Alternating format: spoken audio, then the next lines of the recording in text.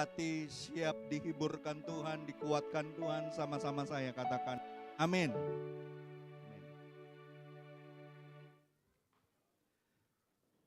Selamat pagi, shalom. Bapak Ibu yang terkasih, puji Tuhan. Kita bersyukur beberapa hari yang terakhir ini, gereja kita baru mengadakan pelatihan cipta lagu rohani, ya, sampai hari yang kemarin. Dan saya bersyukur masih ada anak-anak muda yang punya hati untuk belajar melakukan ataupun mengerjakan karya-karyanya di dalam pujian untuk memuliakan Tuhan dalam bahasa daerah, dalam bahasa Palembang. Siapa yang percaya bahwa dari kota kita akan jadi berkat bagi banyak kota-kota lain. Amin. Bagi kabupaten-kabupaten yang lain. Saya percaya Tuhan itu punya banyak cara untuk memberkati kita. Ya. Dan hari ini saya mau membagikan satu kebenaran firman Tuhan tentang bertekun dalam persekutuan. Ya. Apa yang membedakan orang itu berhasil dan gagal? Cuman satu. Ketekunan. Persisten. Tekun. Bayangkan kalau kejadian-kejadian yang pernah ditulis di dalam Alkitab dilakukan orang-orang yang tidak bertekun. Nuh mengerjakan bahteranya yang diperintahkan Tuhan. Itu bukan 1 tahun, bukan 10 tahun, bukan 20 tahun. 120 tahun. Bayangkan kalau dia nggak tekun.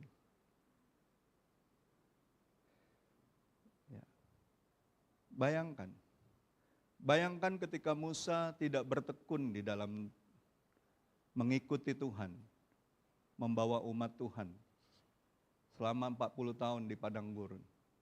Dengan begitu banyak peristiwa-peristiwa yang sangat menyakitkan dalam hidupnya. Bayangkan, maka gagallah umat Tuhan masuk tanah perjanjian. Jadi bilang sama sebelahmu, kita butuh bertekun. Bertekun di dalam Tuhan. Bertekun di dalam persekutuan dengan Tuhan dan juga dengan saudara-saudara seiman kita. Bertekun dengan apa yang Tuhan mau kita kerjakan. Jangan berhenti di tengah jalan. Kalau sudah Tuhan suruh kita maju, tidak ada lagi jalan mundur. Amin? Ada amin gak Bapak Ibu? Ya, jangan lagi menoleh ke belakang. Maju aja terus. Ya. Mungkin hari ini kita nggak ngerti, tapi percayalah, Tuhan akan membuat kita mengerti suatu saat nanti. Ya. Bapak Ibu yang dikasih Tuhan, kenapa saya beri judul bertekun dalam persekutuan? Karena kita ini hidup di era digital. Kita hidup di era media sosial, begitu terasa membawa banyak orang merasa dekat dengan banyak orang, sebab kita bisa berkomunikasi dengan siapa saja di seluruh dunia. Betul tidak? Kalau yang seumuran saya 50 tahun ke atas, dulu alat komunikasi kita, alat media kita cuma TVRI, Televisi Republik Indonesia. Cuma satu-satunya yang ditonton. Kalau sekarang udah nggak karu-karuan, udah berapa banyak channel TV. Belum lagi ada YouTube, belum lagi ada macam-macam. Ya, ada FB, ada TikTok. Macam-macam. Namun saya mau kasih tahu, kedekatan virtual tidak selalu melahirkan kedalaman relasi. Banyak orang bisa punya hubungan dengan banyak orang di media sosial, tapi tetap saja hidupnya kesepian.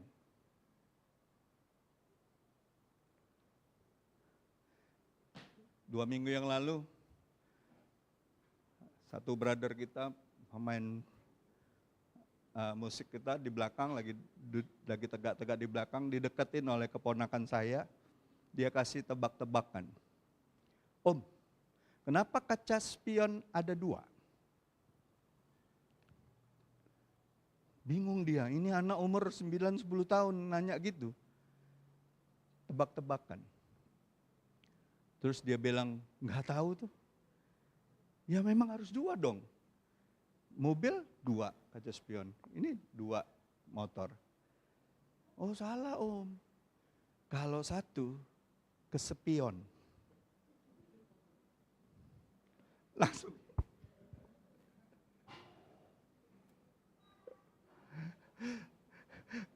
Kau anak umur 9 tahun, tebak-tebakanmu bapak-bapak. Dari mana dia coba dapat tebak-tebakan kayak gitu? Kalau nggak nonton TikTok, nggak nonton medsos.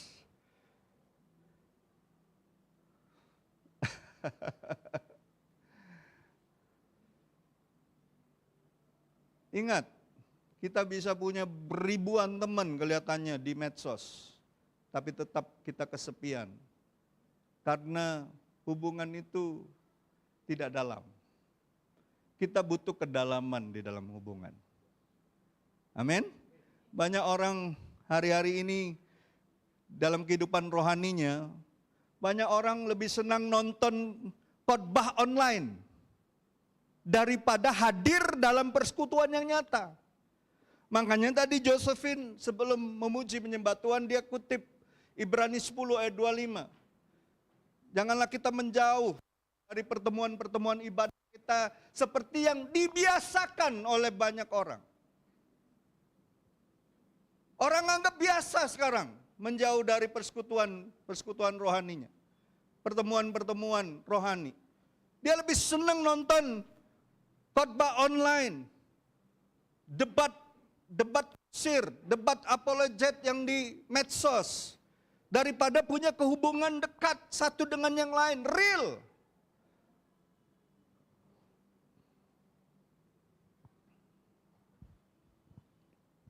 Gemar diskusi teologi di internet. Wih, keren banget ya pastor. Itu ada satu apologet gini di medsos. Ya kau lihat dia keren di medsos. Kau lihat gak hidup dia sehari-hari?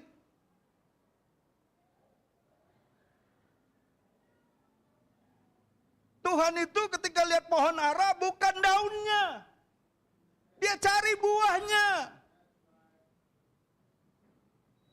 Buah itu bisa bukan hanya dilihat, tapi dirasakan, dimakan, dikunyah.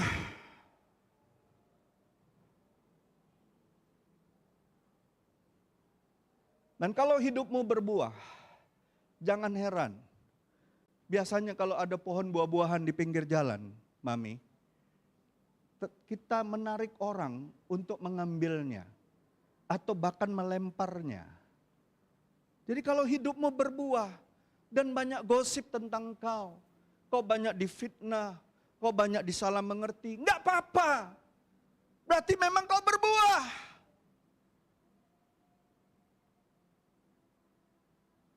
Pastor, kenapa ya orang sering ngomongin saya di belakang saya? Enggak apa-apa, berarti kau di depan mereka. Ngapain kau peduli dengan omongan orang di belakangmu? Pegang terus janji firman Tuhan. Capek kalau kita mikirin omongan orang. Mendingan kita fokus sama firman Tuhan.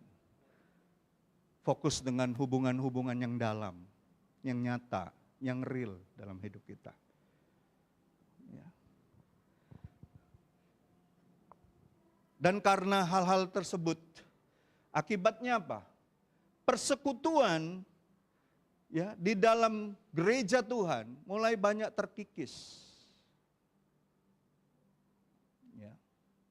Tapi puji Tuhan kita punya firman Tuhan yang terus akan mengingatkan kita sepanjang masa. Amin. Langit bumi akan lenyap. cerita tentang orang-orang di dunia ini bisa berlalu, tapi firman Tuhan akan tinggal tetap. Amin. Coba kita lihat firman Tuhan di Kisah Rasul 2 ayat 41 sampai 47. Kita akan baca dengan cepat. Para pria baca ayat ganjil, para wanita baca ayat genap, ayat 47 kita baca sama-sama. Cara hidup jemaat yang pertama. Cara hidup. Mari kita baca. 2, 3. Orang-orang yang menerima perkataannya itu dibaptis dan pada hari itu jumlah mereka bertambah kira-kira 3.000 jiwa. Silakan para wanita.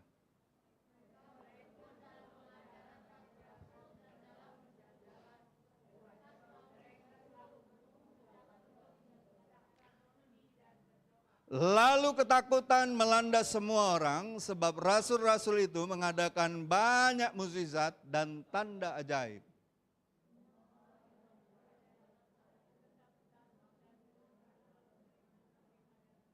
Ayat 45.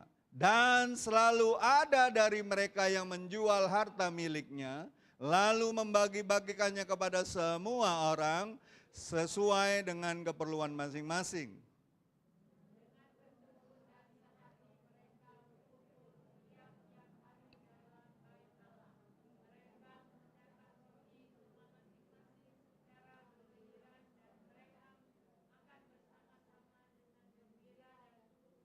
Ayo, ayat 47 sama-sama. 2, 3. Sambil memuji Allah dan mereka disukai semua orang, tiap-tiap hari Tuhan menambah jumlah mereka dengan orang yang diselamatkan.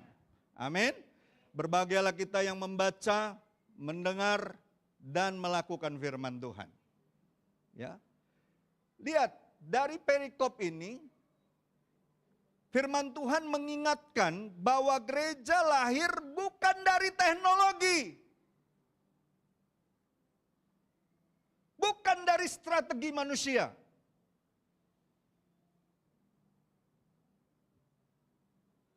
Tapi dari karya penebusan Yesus Kristus dan oleh pencurahan Roh Kudus.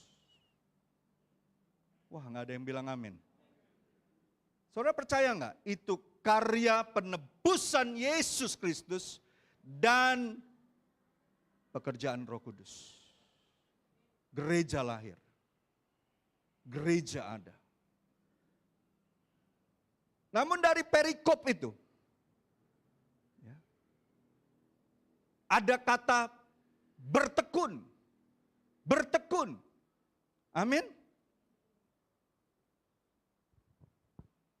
Dan selalu saja ketekunan dalam pengajaran dan persekutuan itu bukan sekedar aktivitas gerejawi, bukan. Melainkan buah, katakan buah. Buah dari hati yang telah diubahkan Injil. Itu buahnya. Orang bertekun. Orang tertarik untuk belajar firman Tuhan. Orang tertarik untuk hidup di dalam persekutuan. Orang tertarik untuk bukan hanya bersekutu tapi berdoa bersama-sama. Makan sama-sama. Jangkau jiwa.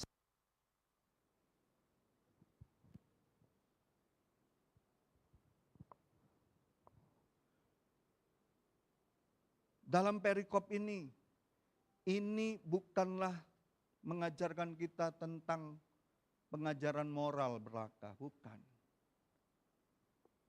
Ini adalah panggilan untuk kembali kepada pusat gereja, yaitu Kristus yang hidup yang mempersatukan jemaatnya, gerejanya.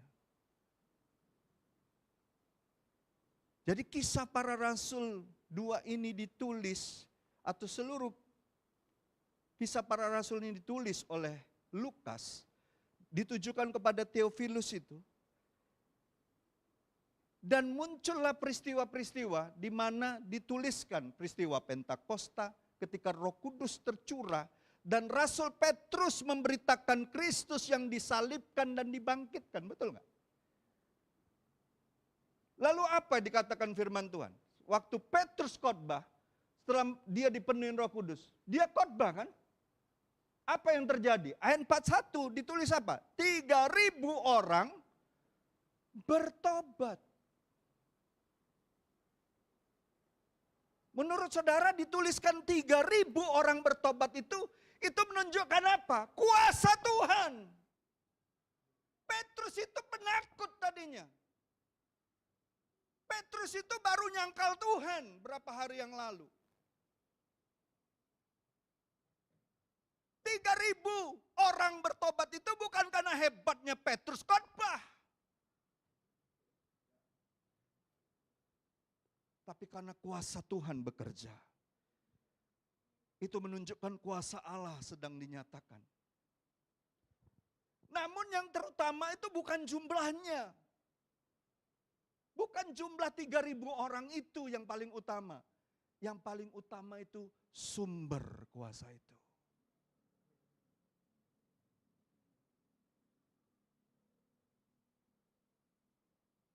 Ada nggak orang bisa diikutin pernyataan-pernyataannya dan sumbernya bukan dari Tuhan? Ada nggak? Ada. Banyak.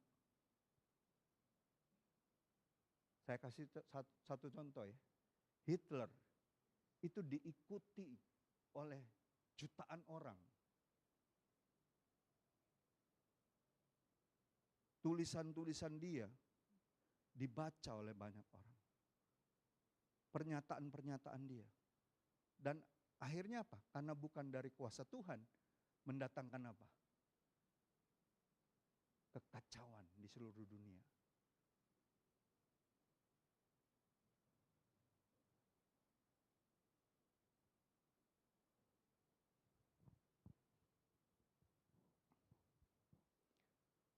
Dikatakan mereka menerima firman. Dalam bahasa Yunaninya apodekomai, dengan sungguh-sungguh. Pertanyaannya, saudara, kalau ada orang menyampaikan firman, kau dengar sungguh-sungguh enggak? Mereka terima firman Tuhan dengan sungguh-sungguh. Dan saya percaya penerimaan firman Tuhan dengan sungguh-sungguh itu karena Roh Kudus lebih dahulu bekerja buka hati orang itu. Bukan karena hebatnya kita berbicara. Bukan karena menariknya orang itu. Bukan karena nada suaranya yang mengagumkan, bukan. Tapi karena Roh Kudus bekerja.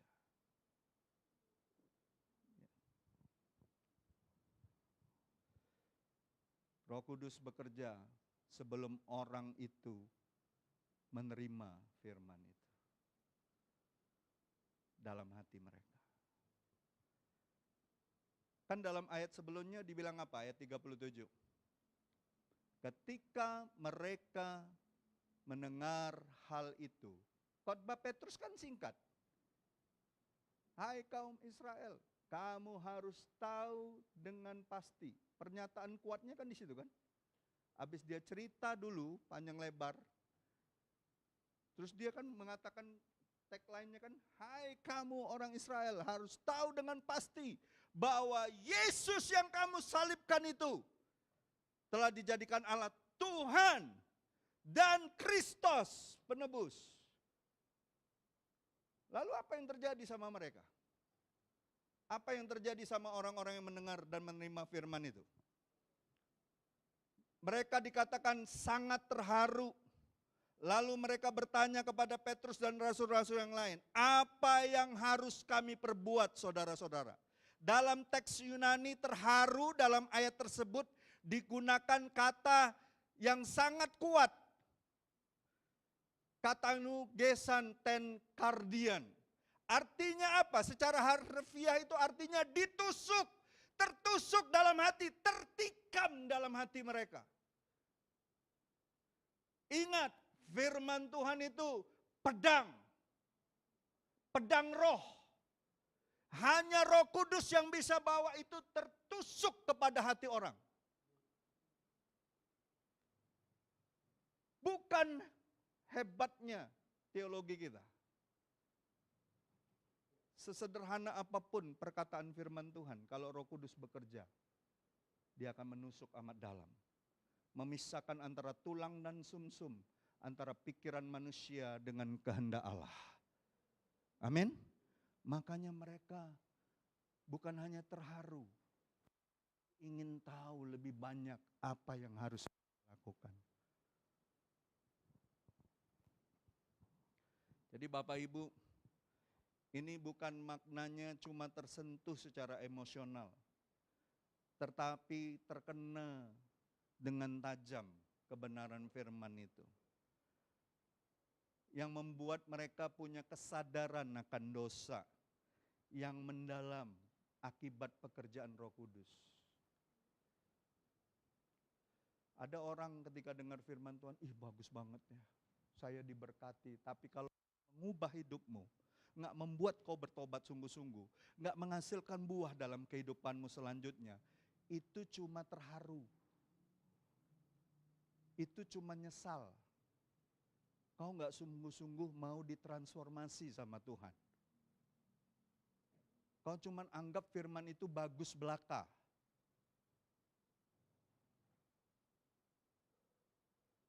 Tapi kalau membuat kita menyesal, sadar akan kesalahan dan dosa kita, bertobat, dan kita mau berubah. Itulah firman yang hidup, yang menusuk hatimu karena pekerjaan Roh Kudus. Karena memang cuma Roh Kudus yang bisa insafkan kita. Cuma Roh Kudus. Ya. Dan Bapak Ibu, dengan kata lain, pertobatan bukan hanya sekedar keputusan semata-mata manusia, tetapi respon terhadap anugerah Allah yang telah lebih dahulu bekerja melalui Roh Kudus. Itu anugerah. Bukan hanya sekadar respon kita. Kalau bukan pekerjaan Roh Kudus, nggak mungkin kita sungguh-sungguh ingin berubah. Cuman menyesal saja. Nggak akan berbalik. Lalu apa dikatakan? Mereka memberi diri dibaptis. Baptiso. Baptisan bukan sekedar simbol sosial. Melainkan bahwa tanda mereka masuk ke dalam persekutuan, perjanjian, covenant dengan Kristus. Nah di sini seringkali banyak orang Kristen hari-hari ini nggak ngerti covenant. Benar nggak Pak Krisnan? Kemarin teman kita bicara soal covenant aja di kumpulan para pengusaha banyak yang bingung. Karena banyak gereja nggak mengajarkan tentang covenant ini. Lebih dalam. Ikat janji. Bukan hanya sekedar ngikut Tuhan. Tapi kita mengikatkan diri kepada Kristus. Sampai mati.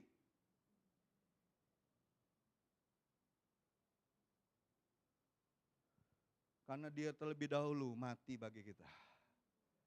Amin.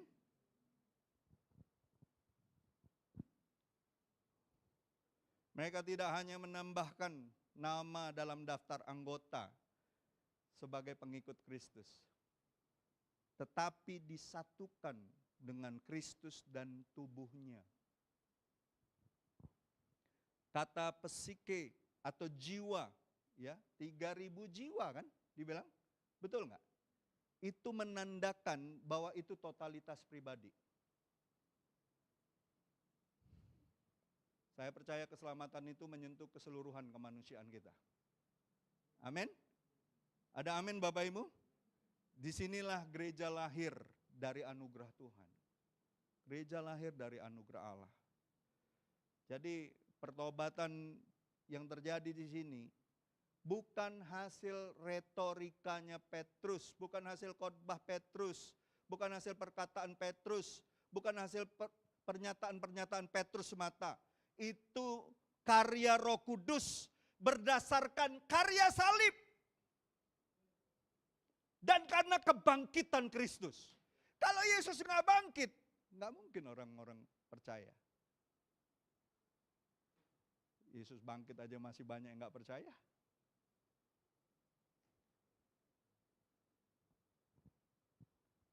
Tapi orang-orang yang sadar dijamah oleh Roh Kudus, mereka akan memberi diri totalitas untuk mengikut Tuhan. Amin. Dan ayat 42-nya itulah 4 pilar kehidupan jemaat. Gereja mula-mula ini kehidupannya. Yang pertama itu bertekun dalam pengajaran rasul-rasul. Kata proskartereo itu menunjukkan ketekunan yang terus menerus. Terus menerus, katakan terus menerus. Terus menerus, persisten, bertekun, terus kerjakan. Pengajaran rasul-rasul adalah kesaksian yang penuh otoritas. Karena apa? Karena mereka saksi hidup. Mereka nggak omon-omon. Mereka lihat langsung apa yang terjadi. Apa yang dikerjakan oleh Yesus. Sampai Yesus mati di atas kayu salib. Bahkan ketika dia bangkit dan ketika dia naik ke sorga, betul? Makanya punya otoritas. Orang yang mengalami Tuhan, mengalami perjumpaan dengan Tuhan, ketika dia bersaksi, dia punya otoritas. Bukan hanya sekadar tahu teori. Kebanyakan orang cuma tahu teori, banyak baca, banyak ini, tapi nggak pernah ngalamin Tuhan, itu juga masalah. Kita harus ngalamin Tuhan. Amin. Mengalami perjumpaan dengan Tuhan. Mengalami.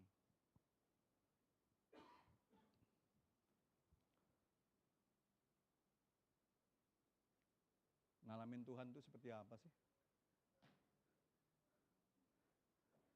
Kamu tanya, ngalamin Tuhan itu seperti apa? Yesus itu simple loh. Dia bilang, ketika kau melayani orang yang paling hina ini, kau sedang melayani aku. Berarti tiap hari kita bisa ketemu Tuhan gak? Ketika kita layani orang-orang yang belum mengenal Tuhan, yang miskin, yang papa, yang sakit, yang lumpuh. Lumpuh bukan hanya secara jasmani.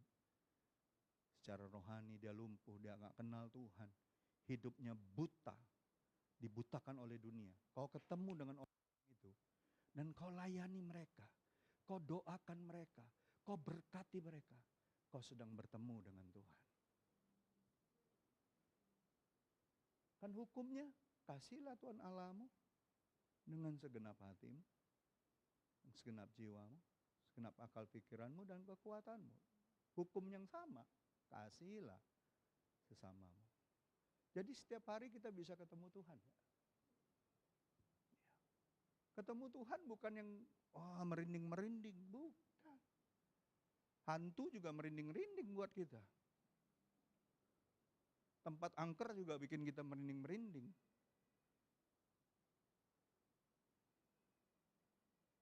Amin.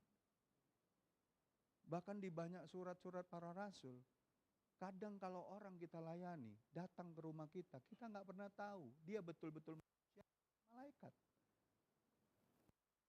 Utus Tuhan. Jadi siapkan diri kita setiap hari untuk bertemu dengan Tuhan. Ketika kita melihat orang-orang yang kita layani. Coba lihat orang sebelahmu. Beneran lihat orang sebelahmu. Bukankah mereka serupa dan segambar dengan Allah?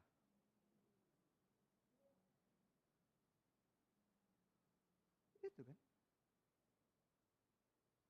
Jangan lihat sebelah, oh iya agak pesek kau hari ini.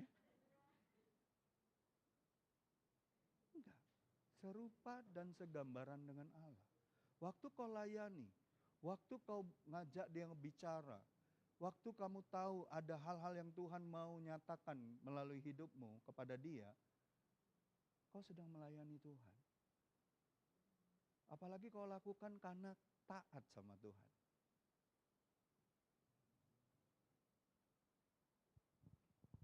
Banyak orang, gimana pastor cara ketemu Tuhan? Tiap hari kau ketemu Tuhan. Waktu kau ketemu orang di kantormu, tiba-tiba kalau hatimu bicara, doain dia. Tuhan sedang berbicara melalui kebutuhan orang itu. Untuk kamu nyatakan kebesaran Tuhan, nyatakan kemurahan Tuhan, nyatakan kebaikan Tuhan. Waktu kamu baca firman, kamu ketemu Tuhan. Pada mulanya adalah firman. Firman itu bersama dengan Allah, dan firman itu Allah itu sendiri.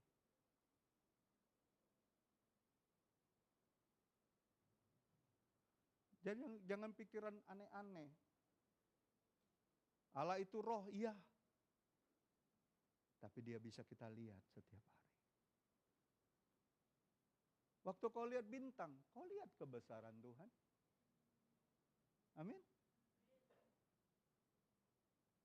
Langit, kau lihat langit. Wih, itu tahtanya Tuhan. Bumi, tempat pijakan kaki Tuhan. Apalagi kau di dalam Dia.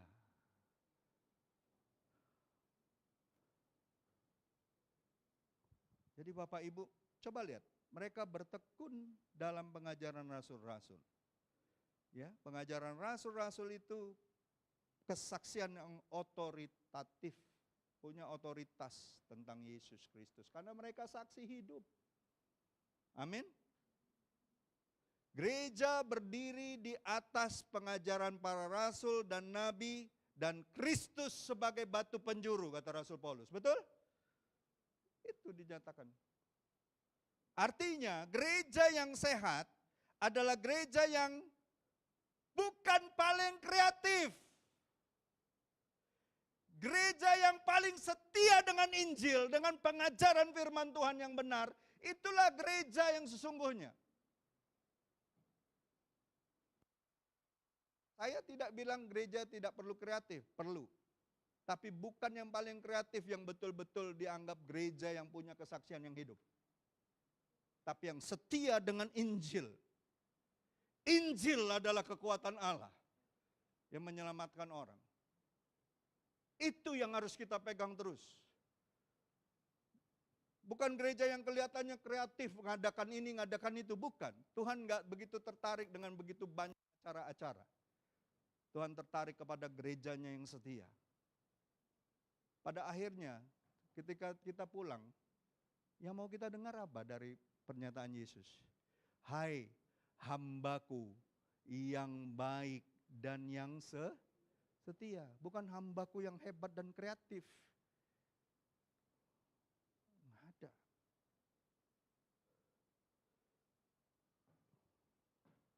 Bukan yang banyak melakukan banyak hal-hal pelayanannya, bukan.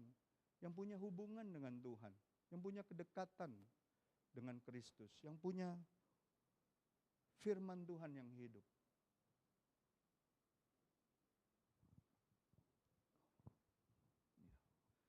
Yang kedua dibilang apa? Mereka tekun dalam apa? Dalam persekutuan. Koinonia. Koinonia bukan sekedar kebersamaan sosial. Ya, persekutuan itu lahir dari persatuan kita, menyatunya kita dengan Kristus. Karena kita dipersatukan dengan Dia, kita juga dipersatukan satu dengan yang lain. Kita ini kan tubuh Kristus semuanya. Betul tidak? Kalau ada yang ngomong aku cinta Tuhan tapi nggak mau terikat dengan umat Tuhan, itu bohong. Itu bohong.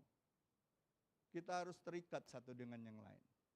Karena Allah itu kasih, maka kasih itu mengikat, mempersatukan, dan menyempurnakan setiap pekerjaan yang baik di antara kita. Iya kan? Kasih itu mengikat, mempersatukan, dan menyempurnakan pekerjaan yang baik. Jadi persekutuan Kristen itu bersifat apa? Komunal dan covenant. Ada ikat janji di situ. Berjalankah dua orang kalau dia belum bersepakat? Ini bukan hanya soal pernikahan. Ini juga soal apa? Persekutuan kita satu dengan yang lain. Apa yang mengikat kita? Kristus. Kasihnya mengikat kita. Bukan, aku ke gereja itu karena aku banyak teman. Enak aku ke gereja itu banyak loka. Aku nak ke gereja itu banyak pengusahanya. Kalau bayar dapat loka. Di sana gereja itu aja banyak ceweknya cantik-cantik.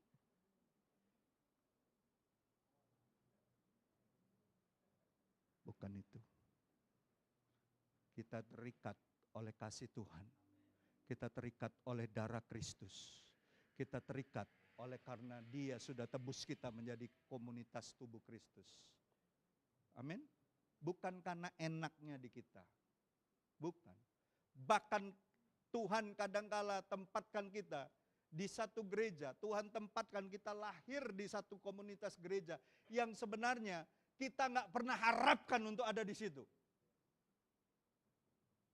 Siapa yang menentukan saya bisa ada di gereja ini kalau bukan Tuhan? Sama ketika saya lahir dulu. Kalau mau milih, bisa milih sebelum lahir. Oh Tuhan, aku lahir baik di keluarganya Pak Prabowo, baik anak presiden. Lemah, naik kudo terus. Iya enggak? Turun dari pesawat naik kudo. Bugol lah wong naik mobil mewah, kalau naik kudo lebih keren. Pasti dibilang anak sultan pasti. Karena ada kata yang pakai kudo di Palembang ini. Kalau mobil mewah sekalipun masih ada yang pakai, betul nggak? Tapi Tuhan tempatkan saya di keluarga Huta Barat. Yang penuh masalah. Yang penuh pergumulan. Bukan maunya saya, maunya Tuhan. Dan Tuhan ajar untuk saya jadi anak sebelum jadi bapak. Yesus, apakah dia nggak pernah belajar jadi anak? Ketika jadi anak manusia, dia belajar tunduk kepada bapa mamanya. Makanya dibilang dia bertambah dewasa, bertambah disukai oleh Allah dan disukai oleh manusia. Kita ada di satu gereja lokal, dibentuk, ditempa, digesek, ada salah mengerti, ada ketidakenakan. Justru membuat besi menajamkan besi, manusia menajamkan sesamanya. Jadi tajam, kita jadi mengerti hati saudara-saudara kita yang lain. Kita tidak membuat apa yang menjadi keinginan kita harus diikutin orang lain. Kita mau mengerjakan apa yang Tuhan mau kita kerjakan. Bukan apa maunya kita. Ya. Dan kita satu dalam tubuh Kristus itu karena kita satu roh. Amin. Ada amin Bapak Ibu? Ini bukan sekedar organisasi, melainkan realitas rohani kita. Ya, kita bertekun dalam pengajaran yang benar. Pegang terus Injil. Injil adalah kekuatan Allah. Makanya saya memutuskan untuk berada di aras persekutuan gereja dan lembaga Injili. Walaupun saya bisa pilih ke organisasi lain. Karena apa? Karena saya melihat kita harus terus berpegang kepada Injil. Jangan sekedar bangga dengan segala karunia, dengan segala karisma kita, bukan. Injil. Kalaupun semua hilang, Injil Tuhan akan terus hidup selama-lamanya. Amin. Mungkin suatu saat ada orang di ruangan ini yang akan dipakai Tuhan untuk menjadi pemberita Injil sampai ke bangsa-bangsa. Itu kerinduan saya. Saya nggak pernah tahu.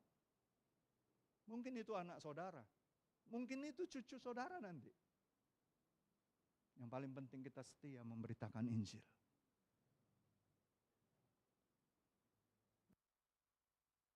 Bapak Ibu yang dikasih Tuhan, ingat kita harus terus bertekun di dalam persekutuan.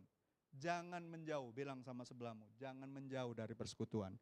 Kalau ada doa, ikutlah doa. Ada kersel, ikutlah kersel.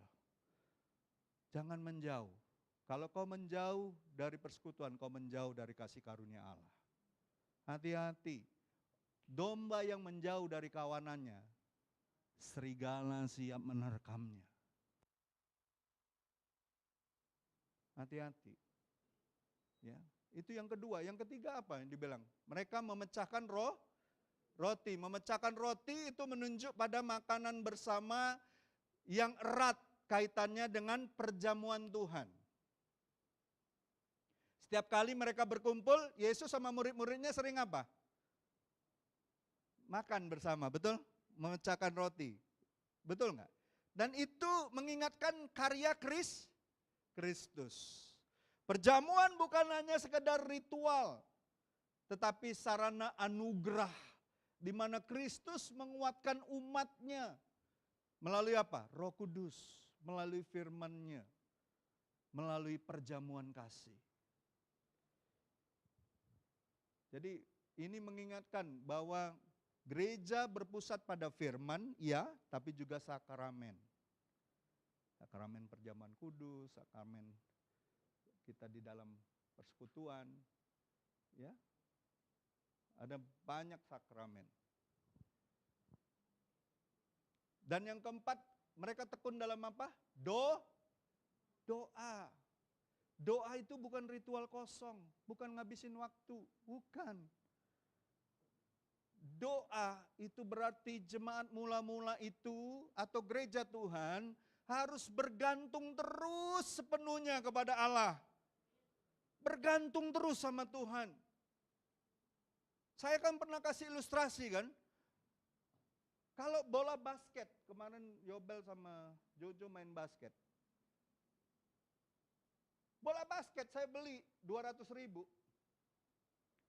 Misalnya 1 bulan saya bosen main bola itu, basket itu.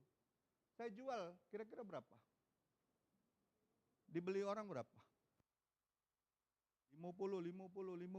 Wih, murah nih ya, beli 200. Tapi jadilah masih ada nilainya, betul lah. Lah sebulan pula dipakai. Sekarang saya tanya, kalau bola itu di tangan Michael Jordan,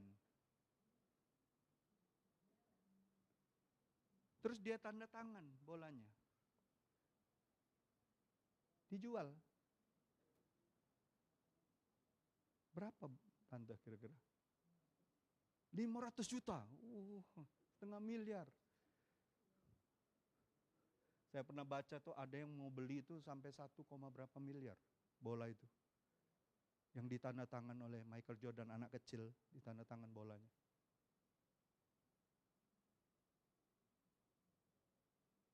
Orang yang berdoa, itu berarti dia menyerahkan hidupnya di tangan Tuhan. Kira-kira kalau hidupmu di tangan Tuhan, berapa besar berharganya engkau? Apalagi Tuhan bukan hanya tanda tangan, Tuhan berkarya atas hidupmu. Kalau hidupmu cuman kau pakai untuk dirimu sendiri, tadi pecah bola yang saya beli 200, dijual tinggal 1/4. Bentar lagi tidak laku. Gitulah hidup manusia. Kalau kau pakai kekuatanmu sendiri, kau pakai hanya untuk dirimu sendiri, Ketika orang melihat hidupmu, seberapa berharga?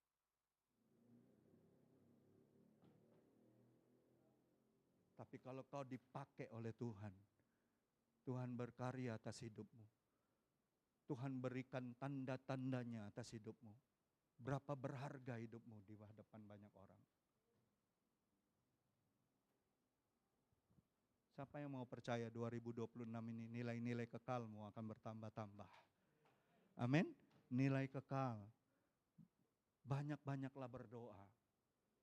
Doa itu menandakan bahwa kita serahkan hidup kita di Tuhan. Ya, kita harus bekerja, betul. Kita harus berkarya, betul. Kita harus melayani, iya. Itu bagian kita. Tapi waktu kau berdoa, Tuhan bekerja, melakukan bagian-bagian yang gak mampu kau kerjakan.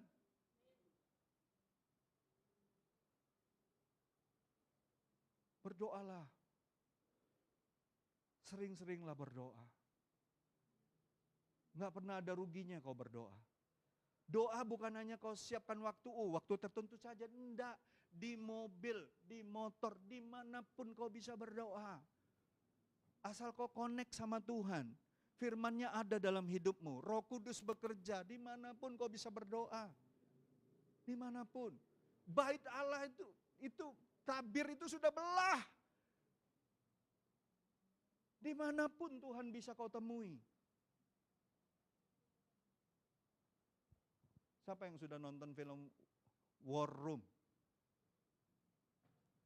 Angkat tangan yang sudah, di belakang ada berapa orang. Oh, yang lain belum ya? Itu film bagus sekali. Mau menang lawan kuasa-kuasa gelap yang gak kelihatan. Satu-satunya cara kau bawa dirimu berperang di dalam doamu. Itu senjata ampuhmu. Itu bukan opsi terakhir sebelum kau gak bisa lakukan apa-apa ya, terakhir doa gitu. Bukan, justru itu harus di awal. Amin. Sebelum kau lakukan segala sesuatu, bawalah itu kepada Tuhan.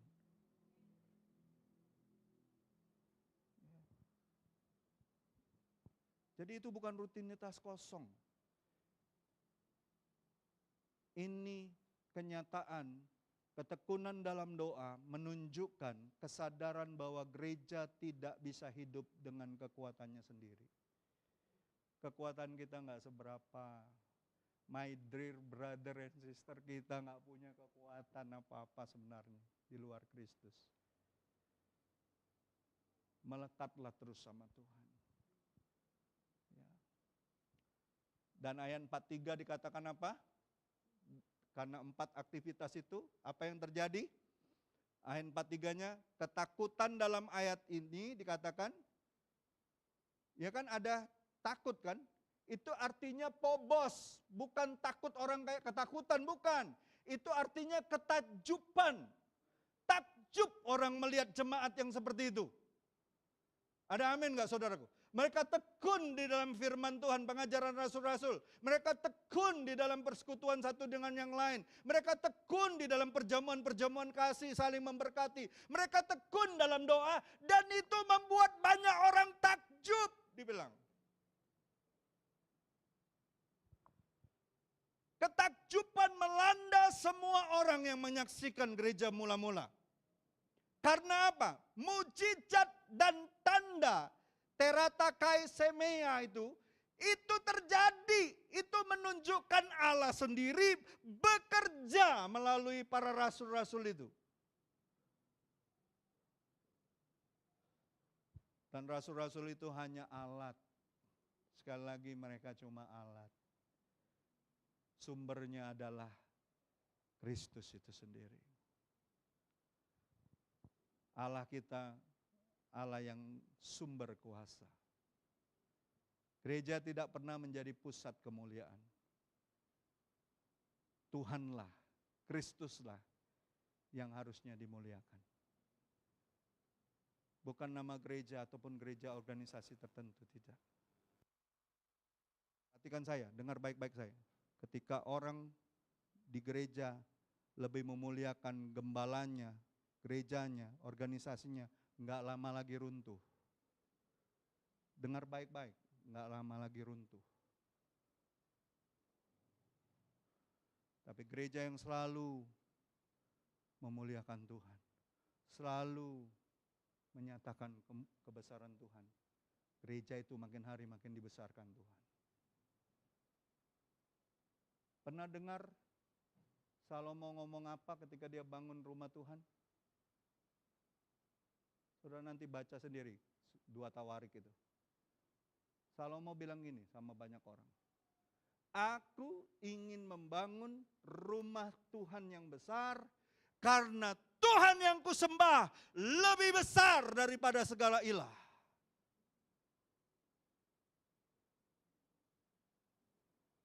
Dia ingin membesarkan Tuhan.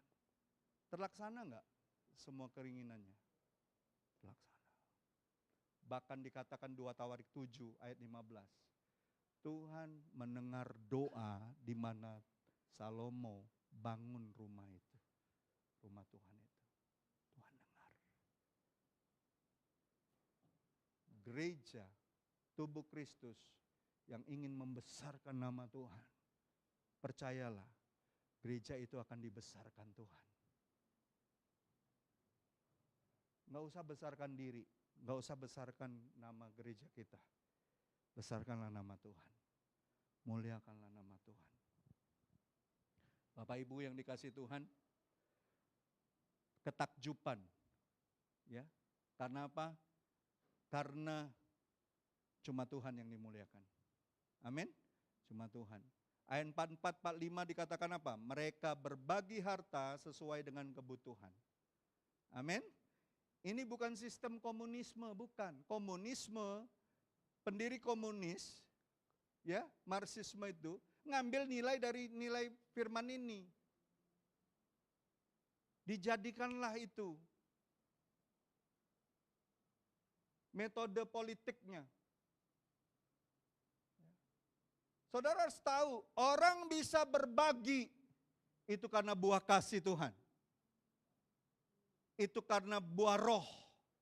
Amin. Salah satu buah roh apa? Murah hati. Buah yang lahir dari pemberitaan Injil. Kasih kepada Kristus itu menghasilkan kasih kepada sesama. Keselamatan oleh anugerah tidak menghasilkan individualisme. Melainkan apa? Solidaritas. Melihat kebutuhan orang lain. Dan saya percaya iman sejati selalu saja memiliki implikasi kepedulian sosial kepada orang lain. Amin? Ada amin saudaraku? Selalu. Saudara lihat enggak kalau Yesus jalan? Baca enggak Injil? Setiap kali Yesus jalan, kalau lihat orang lumpuh, orang lapar, dia berhenti enggak? Orang kusta, dia berhenti enggak? Dan setiap kali dia berhenti, dia pandang dengan belas kasihan, sesuatu terjadi enggak? Mujizat terjadi enggak? Kesembuhan terjadi enggak? Makanan melimpah enggak?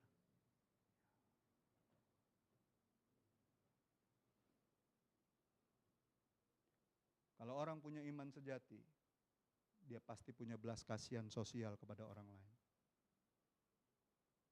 Udah pasti. Enggak akan berdiam diri dia, enggak tahan dia ngelihat orang susah. Ya, saya bersyukur saya mendapati orang-orang itu ada juga di gereja kita. Bilang sama sebelahmu, aku tahu orangnya siapa itu. Bilang sama sebelahmu, aku tahu orangnya siapa di gereja ini. Amin? Ada amin? Bersyukur enggak masih ada orang-orang seperti itu? Kita bersyukur. Amin? Peduli sama orang lain, memperhatikan orang lain. Tidak hidup untuk diri sendiri. Ya. Dan ayat 46 dikatakan dengan sehati, homotimadon. Mereka beribadah di bait Allah dan berkumpul di rumah-rumah. Ada keseimbangan antara ibadah formal dan persekutuan informal. Ya, ada sukacita dan ketulusan di situ, ketulusan hati. Ya. Dan itu semua adalah buah roh. Sukacita, ketulusan itu buah roh. Bukan dikerjakan oleh manusia, itu dikerjakan oleh Roh Kudus. Asalkan kita bertekun di dalam persekutuan itu. Ya. Dan apa yang terjadi?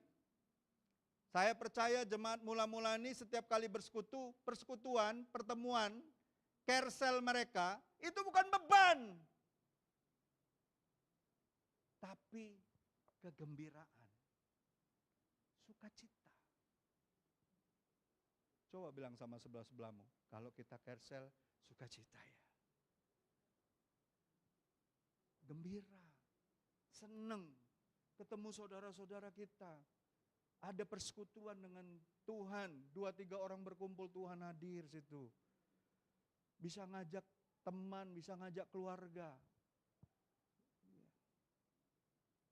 Dan ayat 47-nya ini luar biasa, kita tutup di sini, ini luar biasa.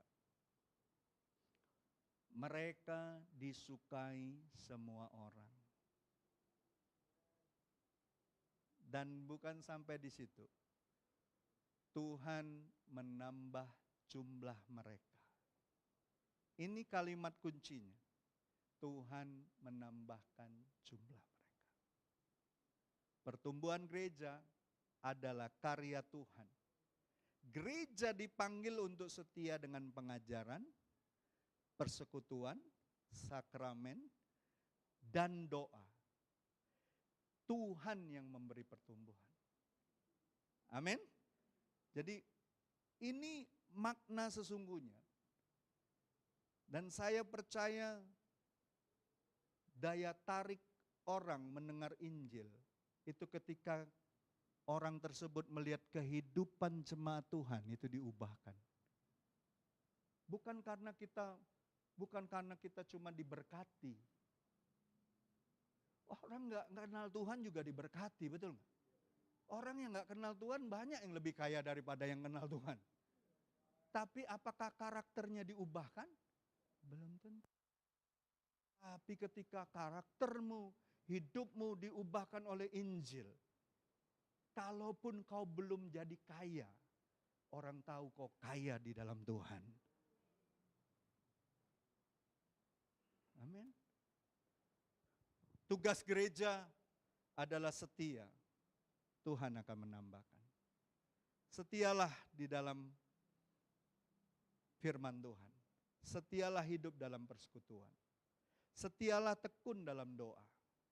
Percayalah, ketika kita berakar dalam karya Kristus, jiwa-jiwa akan ditambahkan Tuhan. Enggak perlu pakai, mungkin metode ini yang cocok untuk gereja kita. Di negara sana ada metode G12. Ada metode ini, ada metode itu. Tidak, ikuti saja pola gereja Tuhan mula-mula. Kita pasti bertumbuh bersama. Amin. Kita pasti bertumbuh. Kiranya gereja terus menjadi gereja yang tidak hanya aktif dengan program, tetapi hidup dalam Injil, bertekun dalam pengajaran, dalam persekutuan, demi kemuliaan Allah untuk terus dinyatakan. Bapak Ibu, saya percaya hari-hari ini Tuhan mau mengembalikan kita untuk bertekun di dalam persekutuan. Ingat, Ibrani 10 ayat 25 dikatakan, hendaklah kita makin bertekun melakukannya menjelang hari Tuhan yang akan datang.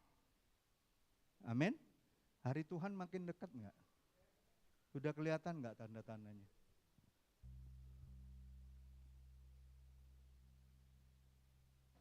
Saya kemarin dapat satu WA dari teman hamba Tuhan. Harus siap. Ketika nanti jaringan wifi ataupun jaringan-jaringan media sosial shutdown semua, ATM akan nggak bisa dipakai, semua nggak berfungsi. Saya percaya hanya orang-orang yang punya persekutuan yang kuat dengan Tuhan dan dengan sesama yang akan survive. Amin. Jangan andalkan teknologi. Jangan andalkan manusia-manusia yang kau nggak kenal. Dengan sungguh-sungguh secara hati, hidup bersama. Hati-hati, di luar sana banyak orang-orang yang punya maksud jahat atas hidup kita. Hanya saudara-saudara seimanmu yang hidup bersekutu dengan engkau, yang patut engkau percayai. Makanya kita harus semakin giat melakukannya. Saling mendoakan, saling bersekutu satu dengan lain. Amin. Mari kita tundukkan kepala.